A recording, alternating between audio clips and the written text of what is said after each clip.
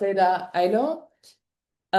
Very happy to have you here. She's formerly publishing also on Instagram under the name Dara Foi'Elle. And she's an Assyrian human rights advocate with an legal master in international criminal justice. Currently, she is based in Beirut, and she has worked for over a decade on human rights issues relating to Syrian detainees and women's rights, minority rights in the SWANA region, refugee rights, and migrant domestic workers trapped under the Kafala system in Lebanon. Her work includes publication on Assyrian linguistic rights, minority rights in the context on the Arab Spring, and the struggles of indigenous people between the diaspora and the homeland. And very happy to have you here, honored. And on the other side, we have Yamane Mousli. He's a Assyrian human rights activist based in Paris. He works as a consultant with a focus on legal advocacy, supporting survivors in international justice. His work involves addressing crimes committed by states and non-state actors, as well as issues of corporate responsibility, mainly in the context of Syria, Iraq, and Iran. Thank you, you two, for having time to share your insights, your valuable insights, and the amount of work they have been doing the past years, and also right now to stay on track and to get us updated on what's happening on site and following the process of the detainees in Syria, especially Yamane has been doing a lot on that. It's very valuable, and therefore thank you so much for being here.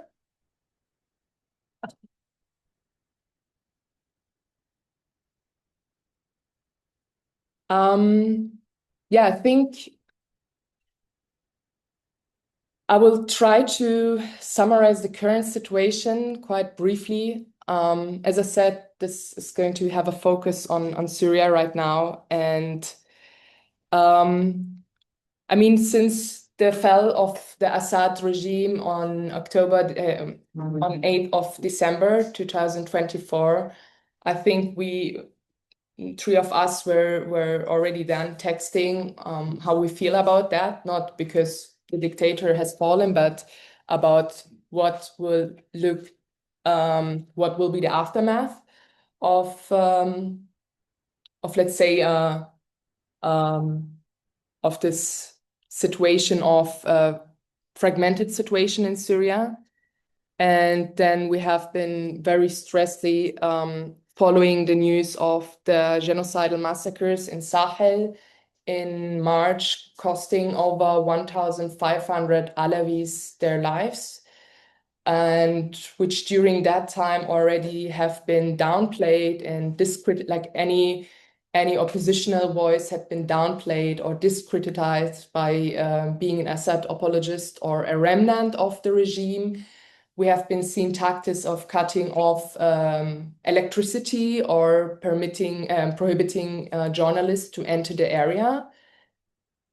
It was very stressed. We still had leftists demanding the unity of the Syrians, and now we're having this situation in the south of Syria, in Sweden, against the Druze community, with the same rhetorics of them serving the Zionist entity Israel by inviting them and therefore discrediting all counter arguments.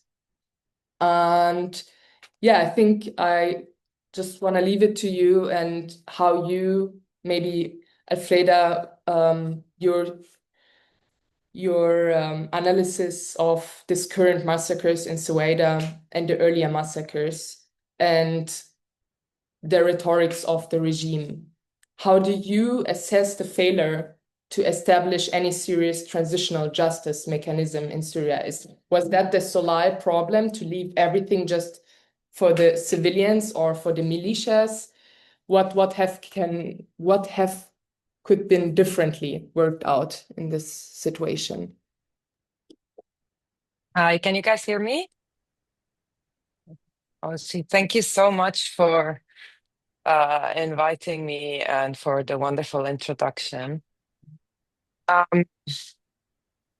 think what is important to note before we go deeper into the question is that there was a transitional justice mechanism established.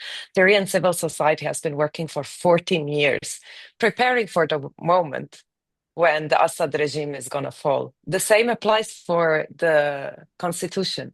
There was work done in Geneva. There were feminist organizations, leftist organizations, and minority organizations to some extent involved of preparing for the day.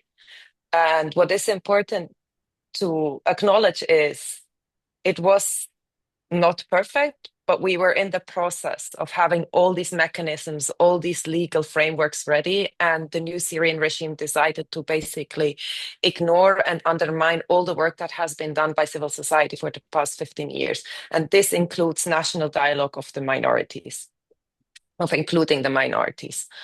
I do think what is happening is related to 50 years of oppression now basically exploding into we finally can do what we want. Now we're going to take revenge kind of attitude. And the thing is, I've heard that from journalists in Syria, friends of mine that I've been in touch with. And there is this one thing that I cannot get out of my mind for the past week is one of the members of the Ministry of the Defense, a soldier, a fighter, said, we are going to liberate the Syria from the Shabiha area by area. Shabiha means thugs. Whereas for us right now as minority, the new government forces are the Shabiha. They are the thugs. They are the ones oppressing, harassing, and violating minority rights. And not just minority rights, as a matter of fact. Even Sunni friends of mine are severely impacted. If you don't fit within the very narrow box of what they consider is proper, you're also going to be accused of being a traitor to the cause. And hearing that was really, really shocking because it also gives us, I think, for as Assyrians, and correct me if I'm wrong, it really builds this fear. Okay, the north is going to be the next. Like once we've had the Sahel, then we have Sweda, the south. The next focus is going to be towards the north because the SDF and the Kurdish autonomy authorities are not willing to completely fold under the new Syrian government. So it is very clearly developing towards the north being targeted next. And it's going to be in a very similar way. You need sorry, I sound like a conspiracy theorist, but you need a false flag attack or trigger that then will justify the massacres. So Yeah. We'll see where that goes. No, I think that's very valid, and we have been this discussion already among non-majority, marginalized communities, whether or not it's clever to even disarm or not. But I think this is another discussion for itself. And I mean, we're having negotiations like Mazlum Abdi and DPOD is having formal negotiations with the the transitional regime. But yeah, we don't know where it ends. But maybe from an international legal perspective, Yaman, what do you think would be now the right steps? Would it be appropriate or adequate to even call for Syrian case being protected by now, or could it fuel more tensions, or what would be the best steps legally or also in appealing for the international community to protect minorities in this situation right now, in the civil war-like situation? Thank you so much, Faris, for the introduction and for having me here. I'm very happy to be here. I would say that right now, I think my opinion would have been very different few months ago when we still have a little bit of hope and kind of trust building with this government. But just as Alfreda, you just said that now we see this government as thugs, and I do not expect thugs to comply with international law and to enforce any kind of transitional justice or to go further in any trust building. No, the steps that should be made and should have been the very first steps of any state building should have been accountability for every perpetrator, and it includes the militias that took over Damascus on the 8th of December. And that they have an historic of targeting minorities. And just to name a few, I'm thinking of the brigade of Abu Amsha that especially targeted the Kurds and Yazidis in Afrin, and have been under international sanctions for this. But it is not only about minorities, it's also about any Syrians that know even the families of the victims of the Assad regime. Their talkings are criminalized. The government is almost criminalizing through its shabiha, through its thugs, any manifestation, any protest that is asking for accountability for the crimes committed by the past regime, let alone the crimes committed by so-called opposition groups. When it comes to minorities, and especially the role that the international community should do to enforce, even if it's not its role, it's Syria that should itself enforce transitional justice.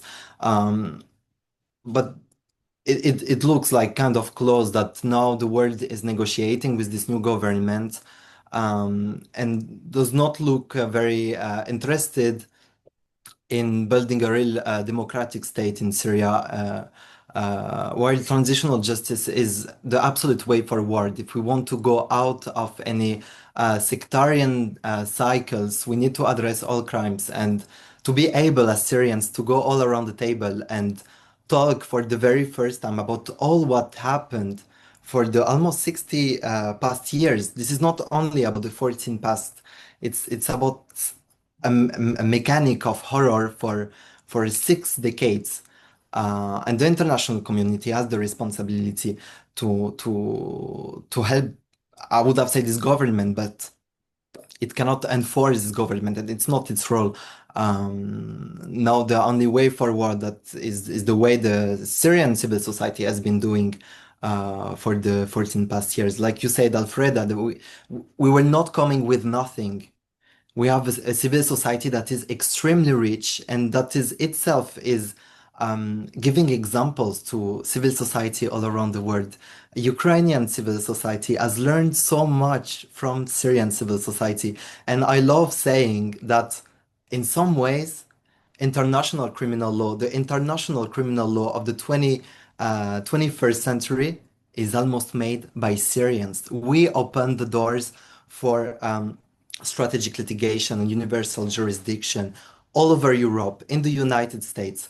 We launched new forms of advocacy. So, in my opinion, the only way forward and the only way the West can help is still supporting the way we have been doing for 14 years. Yeah, precisely.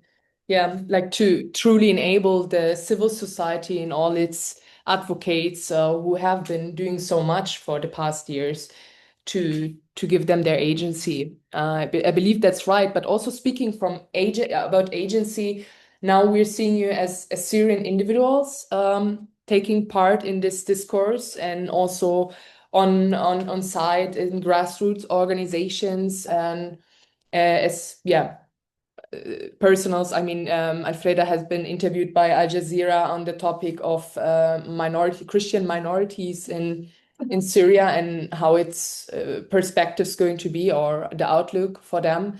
But do you see, or what kind of like organized, do you see an Assyrian organized attempt, or what is the stance of most Assyrians? And I mean, of course, we are not monolithic in that regard, definitely not. And there's also the discourse of secular and church institutions, but maybe you could tell us a bit about how so far the Assyrians have reacted, or what is their tactic, let's say, in this volatile situation, Alfreda? I think it is really interesting.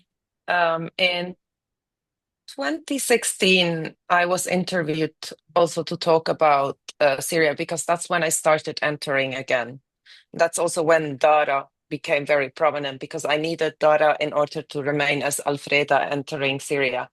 And there is this one sentence that I hate that I said it, but it is the truth, is at the end, when the regime falls, we're going to be seen as traitors. Regarding the Assyrian stance of not clearly standing against the Assad regime, and like I had this very maybe unjustified opinion that most of the minorities do support the Assad regime, whether it's out of fear or not. I had this assumption. And on 8th of December, when I started to call my family, and when I actually also for the first time told my dad what my job was, and I had the honor to be a part of some of the advocacy that happened around universal jurisdiction. Like I was involved in some of the campaigns with German court cases. And that was the first time that I could tell my own father. My dad was like, "Akhiran khalasna, we are finally done with him." And I was like, oh my God, my dad was anti-regime. And then I started to call random Assyrian relatives, and I realized, oh my God, there were way more Assyrian detainees that we knew of. Suddenly, there are families in Hasaka and Qamishli posting pictures and saying, we are looking for our cousin or our son, our brother disappeared in that year, assumed to be inside Naya. And that was the first, even now when I talk about it, I get goosebumps again because it made me realize that we were also victims of the Assad regime, but unfortunately, a lot of people still don't see us that way. They would see us as like supporters or like admirers of the secularism that was promised under the regime, which we all know isn't true, but it was still the easy way out. So I think as Assyrian civil society, we have a lot of work to do to find ourselves first. And also work on the fears, because it is an undeniable fact that there is so much fear in us right now, seeing what is going on. It is generational trauma affecting us, but it will also impede any attempts of national dialogue. Like there are groups that are active. We have the Assyrian Democratic Organization. Obviously, we have our church that is a part of the state institution in that regard with the patriarchate. But as civil society, we still need to figure out how we can ensure our seat at the table, and also how we represent a diversity of opinions regarding Assyrians. Like some of us have very strong opinions on one side and the others have it on the other end of the spectrum. So as Assyrian civil society, we will have a responsibility to ensure to find the middle ground and make sure that any differences in opinion, in politics, don't affect our involvement. Because a lot of time it's also the back and forth, the disagreements within our own community affect our credibility with like the political theater, the political stage. So there is a lot of work to do. But I think looking at who I'm talking to tonight and how we are organizing ourselves in this regard, I do have hope. We have moved forward a lot as Syrian civil society. Social media has helped a lot. Decolonizing our mind has helped a lot. So we will have to do a lot of work. It's going to be very tiring. We will hit a lot of walls and obstacles, but I think there is a way for us. Yeah, thank you. Yeah, Yamane, maybe you want to add something on that. I mean, we feel truly empowered that over this past, I think it precisely actually what culminated it was the genocide starting in Palestine, and I mean the ongoing 8 decades of settler colonial violence on the Palestinian brothers and sisters, what we have, which very much brought us into mind the mechanism of supremacist ideologies. And that's also the reason we have AMCL, I mean, which Alfreda is a founding member of, and which brought us together actually on social media and let us think that, yeah, as oppressed and genocided people, we bear the history or the legacy to do something in order to prevent these mechanisms to repeat. And one of these mechanisms I want to speak about, and it's very visible in Syria and is used to marginalize is this narrative which happened in the Ottoman Empire of the agitators and the othering of the people, while during the Ottoman era we were dhimmi, second class, and after the Tanzimat there was an attempt to have a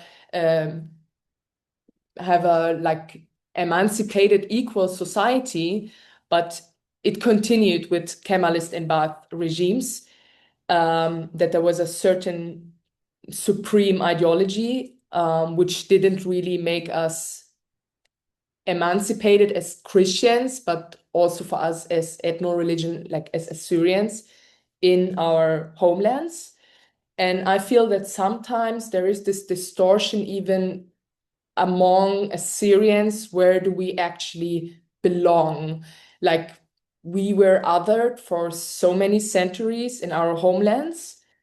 And the question is now, with having most of the Assyrian already living almost in the diaspora, to what extent do you see this identity distortion crisis? I don't know how to call it, this even like alienation of our homeland to some people.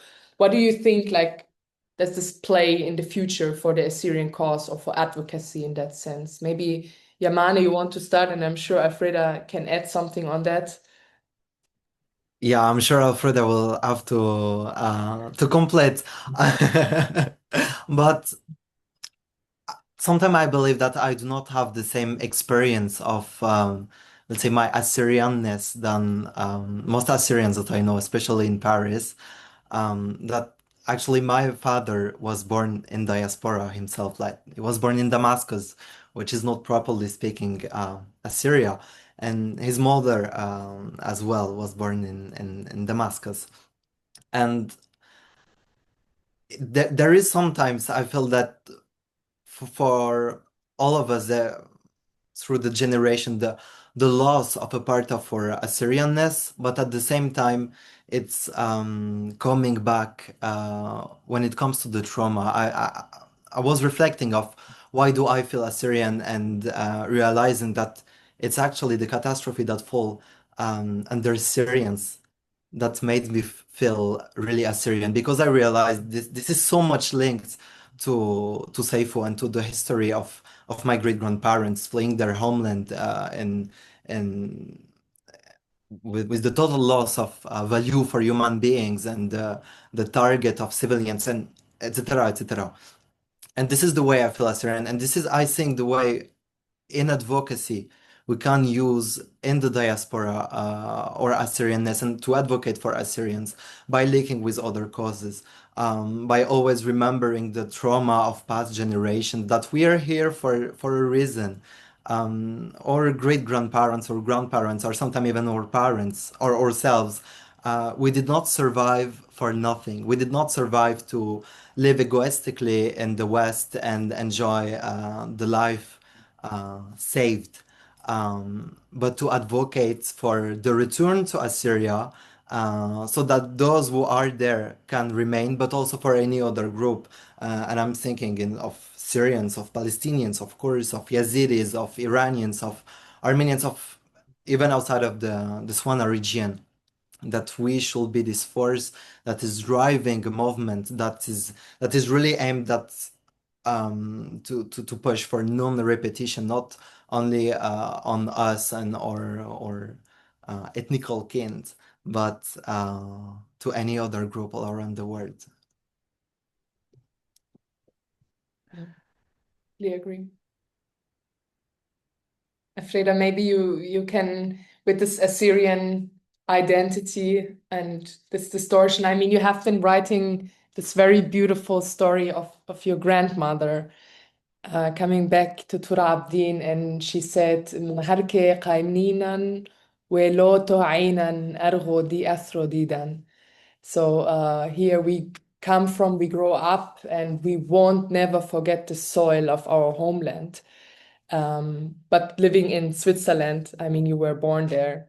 So how does it sometimes feel detached to know what's happening in Syria to the Assyrians in place? Or yeah, maybe you can just share how it is in general for you. I mean, I think I am quite a funny example for having both parents being Assyrian from Turkey and Syria, being born and raised in Switzerland, enjoying all the privileges of like a Western upbringing, and then in 2011 deciding to go to Syria to study Arabic, and literally being there the first week of the revolution, packing up my things and leaving again.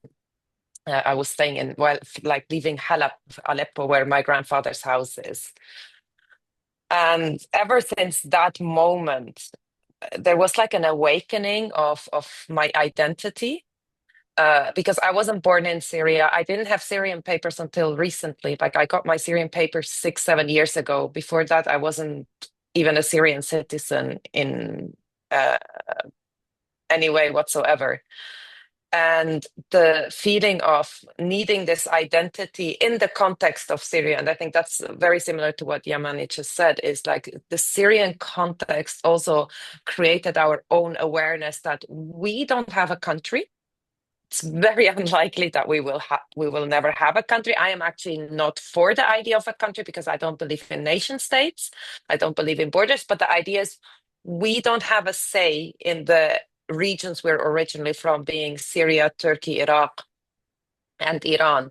So with the Syrian revolution and the Arab Spring in general, this awakening of identity happened with a lot of indigenous group as well. It's not just like whether it's Arabs or Assyrians. It was a lot of other indigenous groups and minority groups suddenly having this need to reassess their position in the civil society and in the society they are a part of, and how to contribute. And I think that was also eventually the reason why I moved to Beirut, because I felt the need to be in the region, but with a certain healthy distance to the war zones.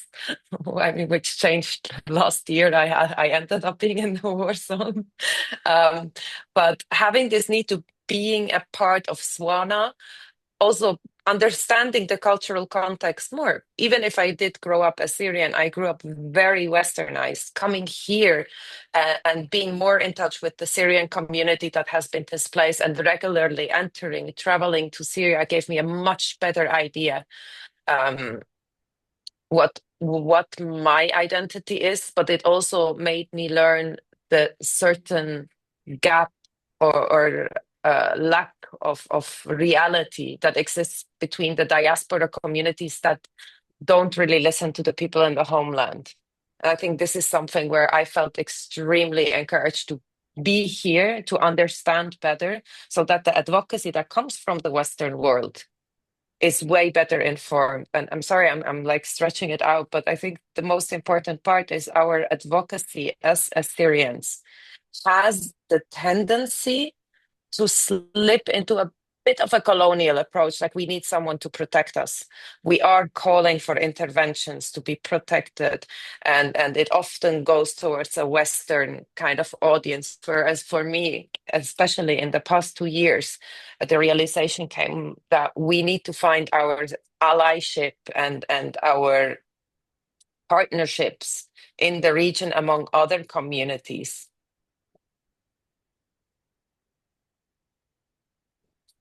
Yeah, I think that's a very valuable insight. I mean, discrepancy, we've been talking about this a lot with the Armenian fellows and the Kurdish fellows here, is the idea of whether or not the diaspora like sometimes is echoing, or the most time it's distorting the actual needs in place. And I think this is getting very important, seeing what's happening right now in Syria and what the people who exiled in Syria fled to are realizing for the call to support their communities back home, and how this is everything just getting very, sometimes at some points distorted, at some points maybe not echoing what has happened. Sometimes it's getting instrumentalized, what the real solidarity should look like. I just maybe have one more question. I'm not sure, but also there is the audience, and maybe they have questions. So far, yeah, I think one more question, or shall we turn it to the audience? Because in Beirut it's also very late, but just maybe. Don't worry about my timing. Okay, I'm okay. The energy I'm levels just are high. I'm just like, yeah, maybe we turn it and you have some questions for the audience has questions also.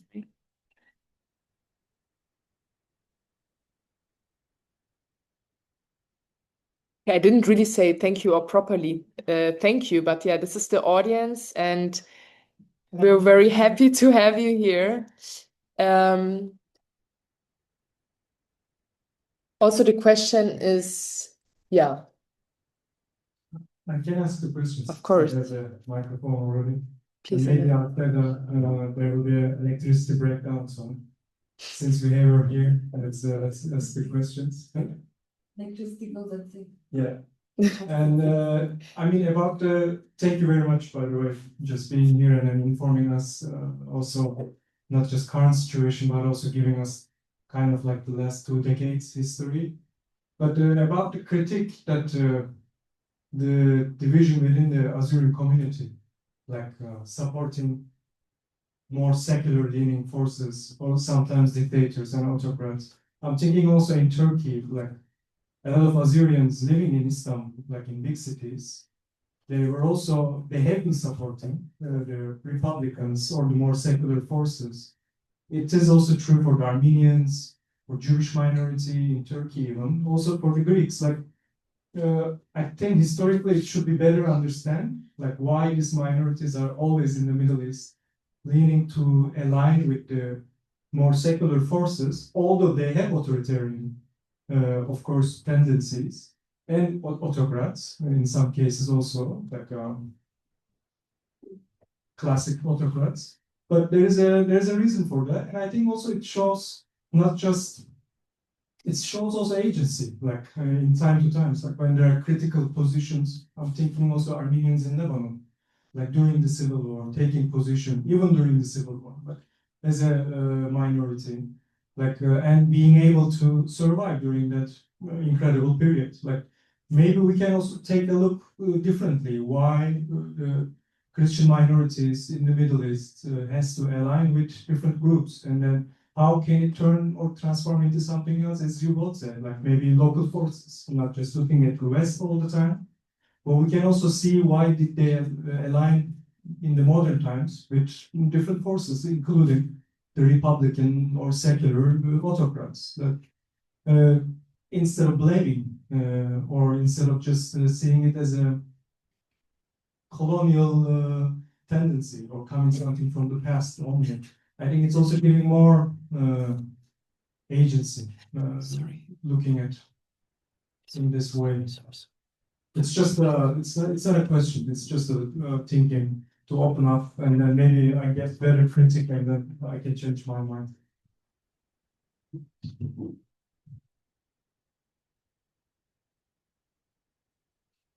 You mute. Can I quickly say something on that? Because I think it's really interesting, especially when we talk about Turkey. I think what is so interesting is each country where Assyrians are present and call it as a homeland has a different context. With Turkey, and I mean, especially Tur Abdin, like when we talk about the original homelands, there were so many attempts to be part of local politics. We had a lot of Assyrians joining the Kurdish Democratic Party, the Halk Demokratisi Party. And I mean, we had Februniye Akyol being the first woman and the first Assyrian mayor of Mardin. And I think within 6 months, she was put under house arrest. I have my own cousin in the Turkish parliament, and he ended up being threatened and ended up in a brawl and again being put under house arrest. So, like, at the end, I don't think it's only about choice, but it's also what options do we have? Like, there are not that many options left. Tur Abdin is really really depressing as to see where it develops. And like, I don't want to be like this really dark person, but I myself went the last time 2 years ago, and my uncle was murdered for a court case. So like we don't have that many options anymore. We have at one point give in to these secular or autocratic regimes in order to ensure our own survival, whether it's related to land grabs, whether it is related to religious disputes, whether it is about general like ethnic tensions going on. But of course, it's not the solution we want. And again, from like growing up in a diaspora kind of attitude, it's also something that from a privileged position, I always say, I wish this is what we could have done. I wish my grandfather didn't sell that piece of land so we could claim it back now. Now it's too late. Like we all have these wishes, but the reality is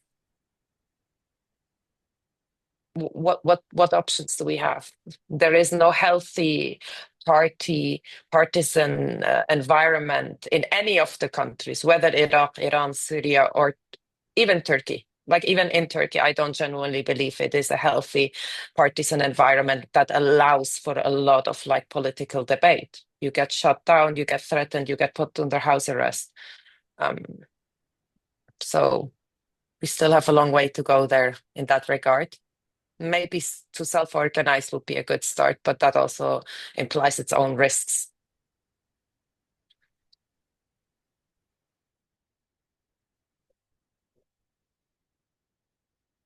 Thank you very much.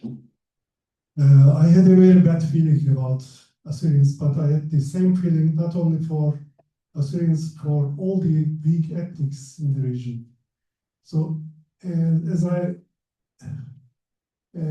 received the emotion from you that every question about Assyrians in the region is a very difficult question to answer, but I have anyway a question now for enlarging the handling options of the people. Do the Assyrians have a political leadership in Syria, especially in order to handle with other powers?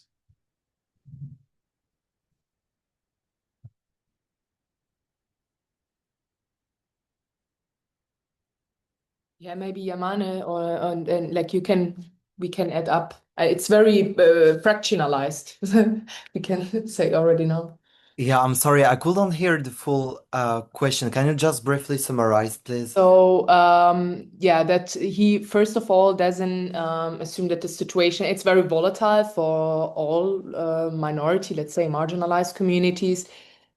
And whether or not, this is also one question I had. We do have, like as Assyrian, a political leadership which can represent us or sit on the table. I think we had this question about sitting on the table. And yeah, I mean, maybe we can call or name the fractionalized from the Syriac military to the ADO and the patriarchate. So Yamane, maybe you want to? Actually, I'm also building a bit on what you said before, Alfreda. I personally support like the idea that we have the diversity of actors that exist within civil society, Assyrians from the civil society, from the church, within all its diversity, within the military, with the Syriac Military Council, and met also Assyrians that do not necessarily work or advocate as Assyrians, but they exist within the SDF or in Syria, the people of Assyrian origins. And I think we really need to go into merging these positions, which represent the diversity of Assyrians, into bringing a voice that can at least agree on points that are absolutely fundamental for the survival of Assyrians, and that I think, from what I see, most of us we agree on.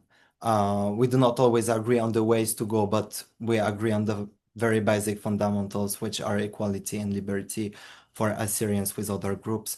And I think also now there is, and especially in the context that we see in Syria, there is the absolutely need to bring with other actors external to the community, but that are not necessarily minorities, that we also have things to discuss with Sunni Arabs, Muslims, like we need them, and we do not even have the possibility to build our own country. I do not believe it neither. But we cannot neither build Syria without Sunni Muslims that made up 70% of Syria. So we need to go forward and bring Muslims to the table and going to them and telling them that we are willing to work hand in hand and not only to look at minorities and talk about government of minorities. We have seen what it brought Syria to think about a government of minorities. That is an absolutely dangerous idea. That is a suicidal idea. I mean, if we want to be egoistic, let's be egoistic, but just let's be realistic.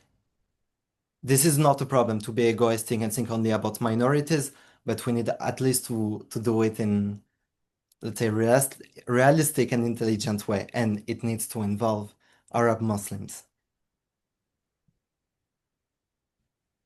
Yeah, Alfreda, do you want to add, or I would just from a political structured view. So basically in Syria, we have since 1922, one of the first Assyrian organization based in Qamishlo, Beit Zalin, as we call it, Zalin.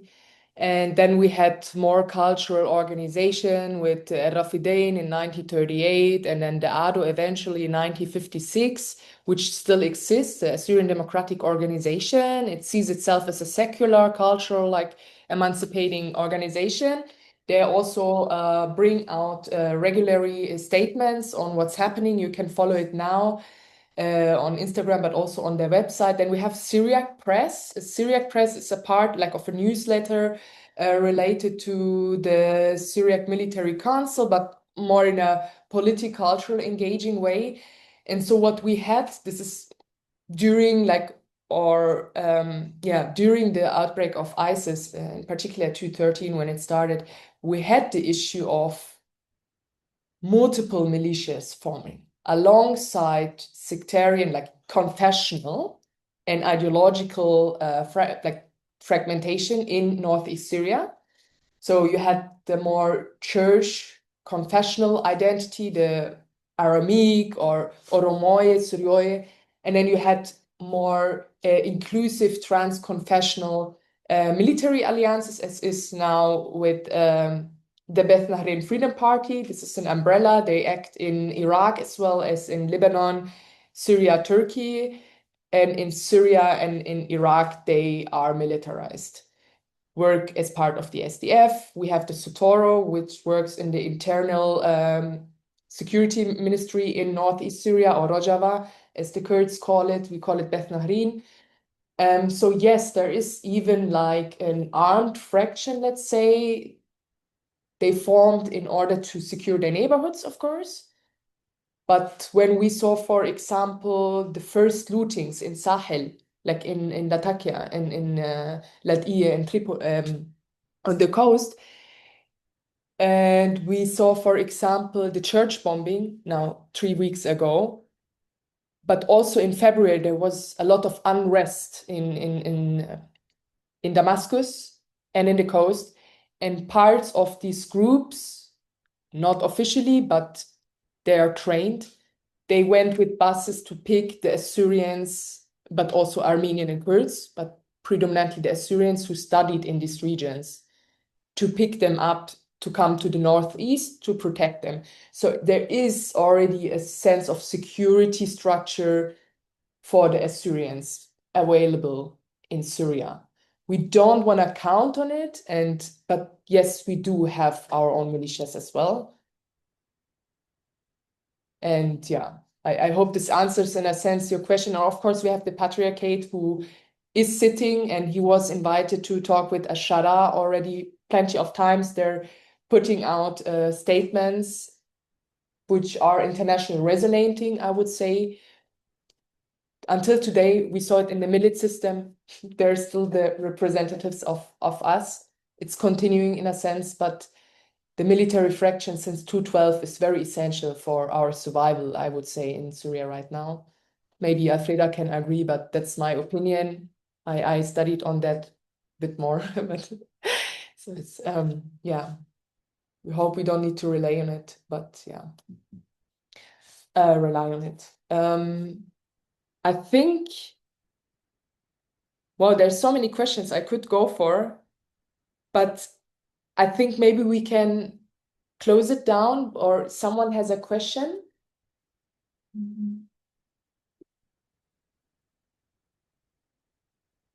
And maybe you have one last call for us as in the diaspora. I mean, you're working on field. What do you personally think is one thing the Assyrians can do to foster, to preserve their history and identity outside of this context of political instability now? Like, what do you have on your hearts to tell us as Assyrians?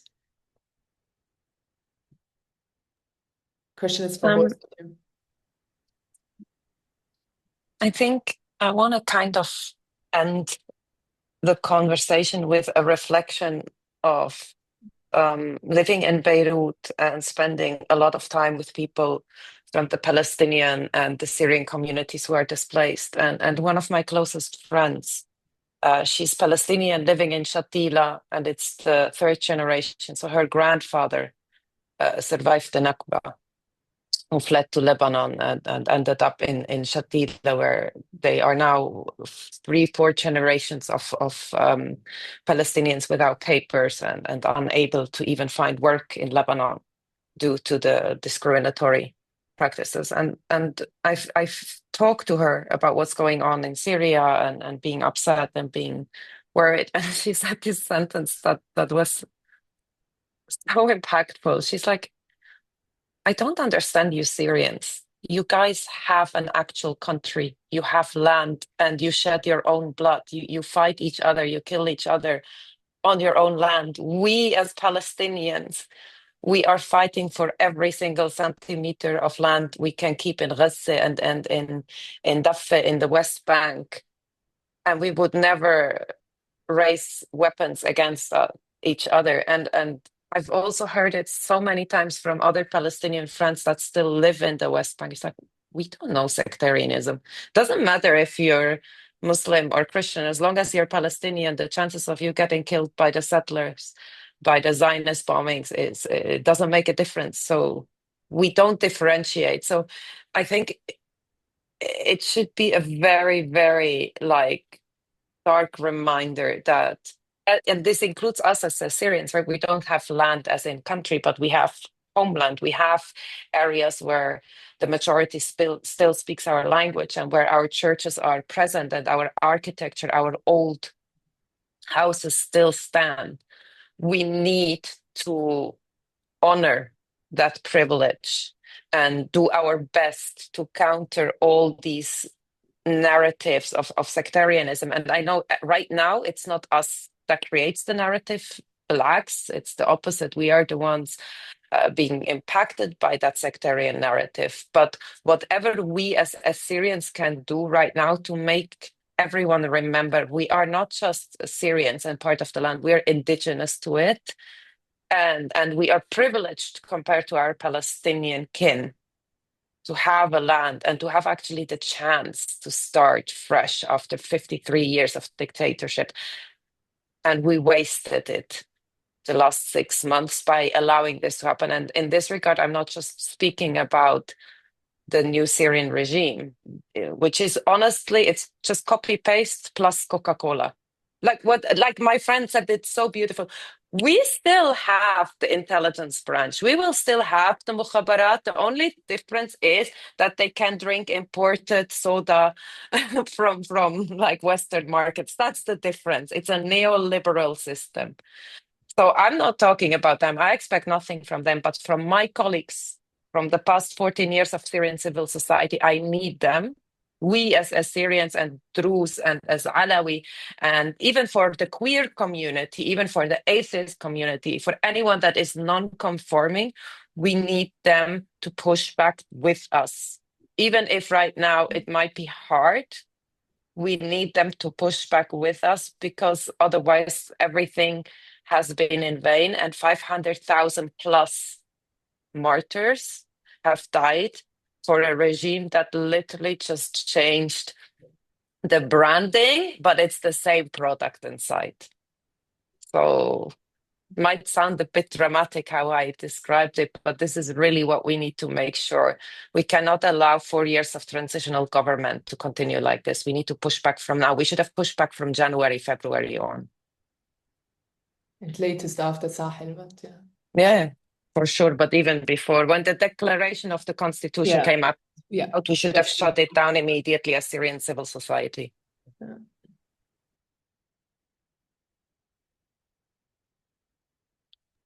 I will just add, like, I don't want to add really something on this because this is so beautifully said, but I would just say that, as you said, we are indigenous, so we are the oldest inhabitants of this land, and maybe it's time for us to also think about ourselves as peacemakers, not only between us and other communities, but also between communities, between each other. That we are the people that maintain this land for maybe 8,000 years, and I think this is a mission that is still ongoing and that still falls on us to preserve and to give it to the next generation, that the next generation of Assyrians, probably they will never have an Assyrian state, but they will have the land of Assyria. And so our duty to keep it alive and to, especially with Assyrians within it, it's to keep the peace and the coexistence between all communities, even if it includes, of course, to step back against this government that is not only stepping on the rights of Christians or Assyrians, but is stepping on the very idea of coexistence in this land. It started with the Alawites, it's not going for the Druze. I mean, we do not need anything to know that we're going to be the next ones. And after us, it will be the Kurds. And after the Kurds, it will be the Sunnis. It will be Arab Sunnis. We are all in the same boat. We have our traumas, we have our history, we know it. We know it maybe better than many other groups. So maybe our duty is also to tell everyone to and to support anyone on this road that is a very scary one, but we also know that we have a lot of people that give us many hope that a better Syria is something to look forward. Maybe not tomorrow, but it's coming. Hi, Rodallo.